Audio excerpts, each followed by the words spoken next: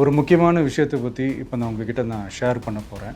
தமிழ்நாட்டில் இருக்கிற நம்ம யாருக்குமே ஓட்டு போடுற உரிமையே இல்லைன்னு சொன்னால் நம்புவீங்களா? நீங்கள் உட்பட யாருக்குமே அது இல்லை.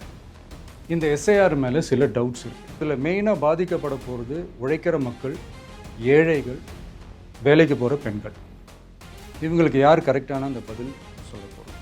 மை டியர் வர்ச்சுவல் வாரியர்ஸ், இதை சாதாரணமாக எடுத்துக்காதீங்க. இது எல்லாருக்குமே அந்த ஃபார்ம் போய் ரீச் ஆகணும். வரப்போகிற தேர்தலில் நீங்கள் தான், அந்த ஜென்சி வாக்காளர்கள் தான் மிக முக்கியமான ஒரு ஃபோர்ஸ் அப்படின்றது எல்லாருக்குமே தெரிஞ்ச ஒரு விஷயம். நான் சில மீட்டிங்ஸ்லலாம் ரிப்பீட்டடாக ஒரு விஷயம் நான் சொல்கிறேன்ல, ரெண்டு பேருக்கு நடுவில் தான் போட்டி அப்படின்ட்டு. அது மேடைக்கு மேடை அவங்க அதை ப்ரூவ் பண்ணிகிட்டு இருக்கிறாங்க. எல்லாருக்கும் வணக்கம். இந்திய அரசியல் சாசனம் நம்ம தமிழ்நாட்டில் இருக்கிற எல்லாருக்குமே கொடுத்துருக்கிற உரிமையில் ரொம்ப ரொம்ப முக்கியமானது ஓட்டிங் ரைட், வாக்குரிமை. ஒரு மனுஷன் உயிரோடு இருக்கான்றதுக்கு அடையாளமாக இருக்கிறதுல அவனோட ஓட்டுரிமை ரொம்ப முக்கியம். அதனால தான் voting is not only our right but also our life.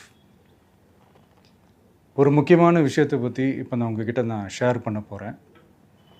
இது நான் ஃபஸ்ட்டு கேள்விப்பட்ட உடனே எனக்கே ரொம்ப ஷாக்கிங்காக தான் இருந்தது.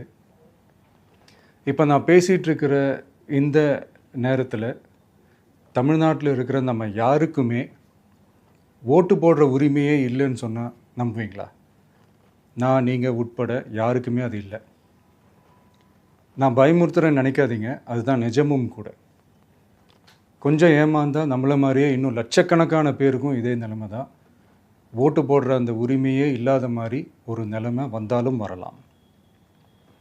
இதுக்கு மெயின் ரீசன் அந்த எஸ்ஐஆர், ஸ்பெஷல் இன்டென்சிவ் ரிவிஷன், சிறப்பு தீவிர திருத்தம். இப்போது இந்த எஸ்ஐஆர் நம்ம தமிழ்நாட்டில் எப்படி ஒர்க் ஆக போகுது? கடந்த ஜனவரி மாதம் எடுத்த அந்த கணக்கெடுப்பில் 6,36,00,000 வாக்காளர்கள் நம்ம தமிழ்நாட்டில் இருக்கிறாங்க. ஆனால் அவங்க யாருக்குமே இந்த ஓட்டு போடுற உரிமையே இல்லை. அந்த பிஎல்ஓன்னு சொல்லுவாங்க, பூத் லெவல் ஆஃபீஸர்ஸ், வாக்குச்சாவடி நிலை அலுவலர். அவங்க தான் வீடு வீடாக போய் அந்த ஃபார்மை கொடுப்பாங்க. அதை நம்ம ஃபில்அப் பண்ணி கொடுக்கணும். அதை தேர்தல் ஆணையம் அதை எடுத்துகிட்டு போய் அதை ஸ்க்ரூட்டினைஸ் பண்ணி அது எல்லாமே கரெக்டாக இருக்கான்னு செக் பண்ணி பார்த்ததுக்கப்புறம் அந்த வாக்காளர் பட்டியலை வெளியிடுவாங்க. அந்த வாக்காளர் பட்டியலில் நம்ம பேர் இருக்கணும், அப்போ தான் நம்மளால் ஓட்டு போட முடியும். அந்த புது பட்டியல் வர்ற வரைக்கும் நம்ம வாக்காளர்களான்றது அது உறுதியே செய்ய முடியாது. இன்கேஸ் அந்த புது பட்டியலில் நம்ம பேர் இல்லைன்னா அது ஒரு தனி ப்ராசஸ், அது ஒரு தனி ஃபார்ம், அது ஒரு தனி கிளைம்ன்ற மாதிரி அது ஒரு வேறு வேலை. ஸோ இந்த மாதிரி நிறைய சிரமங்கள், குழப்பங்கள் இருக்கிறதுனால மக்களுக்கு இது மேலே ஒரு கன்ஃபியூஷன் ஒன்று இருக்குது. இது என்ன வெரிஃபிகேஷனா இல்லை ஒரு மறைமுக ரீரெஜிஸ்ட்ரேஷனா இல்லை இது ஒரு நியூ ரெஜிஸ்ட்ரேஷன் மாதிரியே தானா அப்படின்ற மாதிரி நிறைய கன்ஃபியூஷன் இருக்குது. அவங்க செய்ய வேண்டியதெல்லாம் ஒன்று தான். இந்த மாதிரி வீடு வீடாக போய் அந்த என்யூமரேஷன் ஃபார்ம் நம்ம ஃபில்அப் பண்ணி கொடுக்கும்போது அதுக்கான அக்னாலேஜ்மெண்ட்டை அந்த பிஎல்ஓ அந்த ஆஃபீஸர்கிட்ட இருந்து நீங்கள் வாங்கிக்கணும். அது ரொம்ப ரொம்ப முக்கியம். இது நான் சொல்கிறது வாக்காளர் பட்டியலில் ஆல்ரெடி உங்கள் பேர் இருக்கிறவங்களுக்கு நான் சொல்கிறேன். இப்போ புது வாக்காளர்கள், ஃபஸ்ட் டைம் ஓட்டர்ஸ், அவங்களுக்கு ஃபார்ம் 6ன்னு ஒன்று இருக்குது. அதை நீங்கள் ஃபில்அப் பண்ணி நீங்கள் உங்கள் ஏரியாவில் இருக்கிற சம்மந்தப்பட்ட அந்த உங்கள் அலுவலகத்தில் நீங்கள் டைரெக்டாகவும் சப்மிட் பண்ணலாம், இல்லை நீங்கள் ஆன்லைன்லேயும் சப்மிட் பண்ணலாம். அப்படி ஆன்லைனில் நீங்கள் சப்மிட் பண்ணிங்கன்னா அதுக்கான ஸ்க்ரீன்ஷாட்டை எடுத்து வச்சுக்கோங்க. ஃபோனில் மெசேஜ் வரும், அதை சேவ் பண்ணி வச்சுக்கோங்க.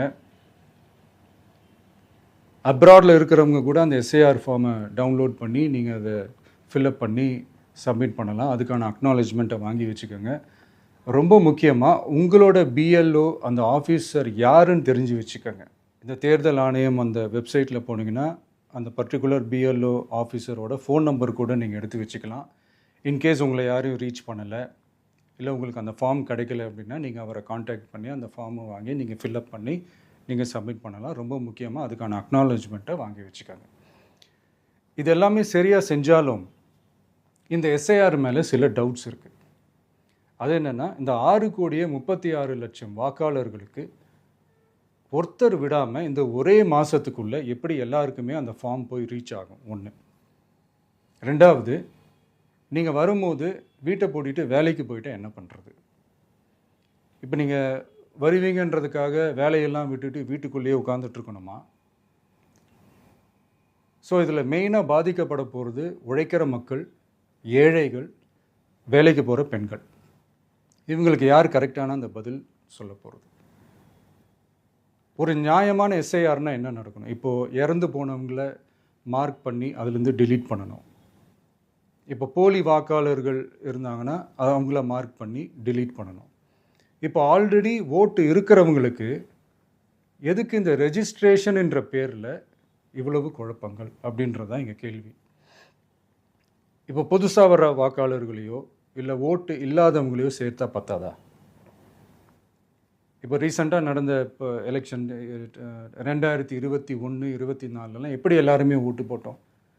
அதில் ஓட்டு போட்டவங்க கூட இப்போ புதுசாக ரெஜிஸ்டர் பண்ணணுன்னா அது ஏன் அந்த கன்ஃபியூஷன் அப்படின்றதான் நாங்கள் கேட்குறோம். அதனால தான் நாங்கள் எஸ்ஐஆரை எதிர்க்கிறோம். இப்போ புதுசாக சில கம்ப்ளைண்ட்ஸ்லாம் வர ஆரம்பிக்குது. அது என்னென்னா, முக்கியமாக நம்மளுடைய டிவிகே தோழர்களுக்கு அந்த ஃபார்ம் கிடைக்க மாட்டேங்குது, கொடுக்க மாட்டேன்றாங்க அப்படின்ற சில கம்ப்ளைண்ட்ஸ். இது யார் பண்ணுறாங்க அப்படின்றது நான் தான் சொல்லி தெரிய வேணும்னு ஒன்றும் அவசியம் இல்லை உங்களுக்கு.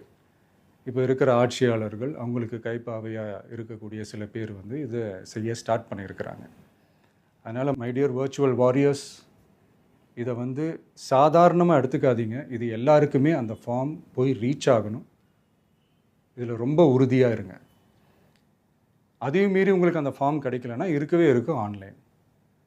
தேர்தல் ஆணையம் அந்த வெப்சைட்டில் போய் அந்த ஃபார்மை டவுன்லோட் பண்ணி நீங்கள் ஃபில்அப் பண்ணி சப்மிட் பண்ணலாம். உங்கள் வீட்டில் இருக்கிறவங்களுக்கு நீங்கள் செஞ்சு கொடுங்க, பக்கத்து வீட்டில் இருக்கிறவங்களுக்கு செஞ்சு கொடுங்க, தெரிஞ்சவங்களுக்கு, தெரியாதவங்களுக்கு, பழகினவங்களுக்கு, பழகாதவங்களுக்கு எல்லாருக்குமே நீங்கள் தயவு செஞ்சு கொடுங்க.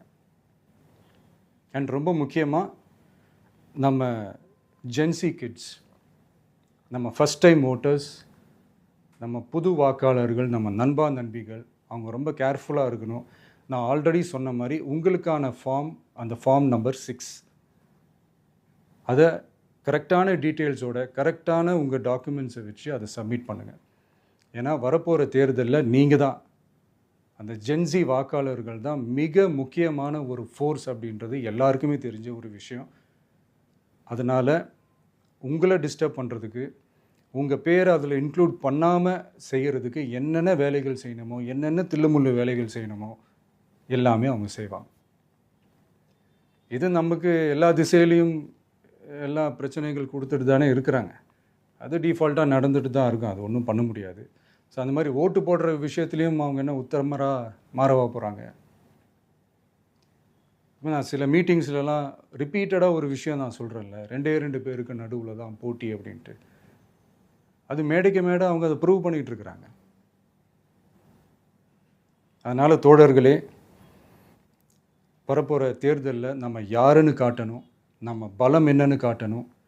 அதுக்காக அந்த பலமான, அந்த பவர்ஃபுல்லான ஆயுதத்தை நம்ம கையில் எடுக்கணும். அந்த ஆயுதம் வேறு எதுவுமே இல்லை, ஓட்டு, வாக்கு, ஜனநாயகம். அது இருந்தால் தான் நம்ம அந்த வெற்றியை நோக்கியே நம்மளால் பயணிக்க முடியும். தமிழ்நாடே அந்த வாக்குச்சாவடி முன்னாடி திரண்டு நிற்கணும். அதை பார்த்துட்டு தமிழ்நாடே தமிழக வெற்றி கழகமா, இல்லை தமிழக வெற்றி கழகம் தான் தமிழ்நாடா அப்படின்ற மாதிரி இருக்கணும். வீடுன்னு ஒன்று இருந்தால் தான் ஓடு மாற்ற முடியும்னு அறிஞர் அண்ணா அவர்கள் சொல்லியிருக்கிறாங்க. அந்த மாதிரி ஓட்டுன்னு ஒன்று இருந்தால் தான் இந்த நாட்டையே காப்பாற்ற முடியும். அப்புறம் இன்னொரு முக்கியமான விஷயம், அந்த எனிமரேஷன் ஃபார்ம் நீங்கள் ஆன்லைனில் நீங்கள் ஃபில்அப் பண்ணும்போது அதில் ஒரு சில ப்ராப்ளம்ஸ் வர்றதுக்கு வாய்ப்பு இருக்குது. அது உங்களுடைய ஓட்டர் ஐடியில் இருக்கிற உங்கள் பேரும், ஆதார் கார்டில் இருக்கிற பேரும், அந்த ஸ்பெல்லிங், இனிஷியல்ஸ் எல்லாமே ஒரே மாதிரி இருந்தால் தான் அது அக்செப்ட் ஆகும், இல்லைன்னா அக்செப்ட் ஆகாது. அது கொஞ்சம் கேர்ஃபுல்லாக பண்ணுங்கள். அது கொஞ்சம் யூசர் ஃப்ரெண்ட்லியாக இருக்கலாமேன்னு கேட்டதுக்கு அதெல்லாம் முடியாது, அதுக்கெலாம் வாய்ப்பு இல்லை, அதுக்கெலாம் ஆளுங்க இல்லை, பண்ண முடியாதுன்னு ரிப்ளை பண்ணிட்டாங்க. ஸோ அதனால் மை டியர் டிவிகே தோழர்களே, மை டியர் ஜென்சி படை பலமே, உஷாராக இருங்க, கான்ஃபிடெண்ட்டாக இருங்க, நல்லதே நடக்கும், வெற்றி நிச்சயம்.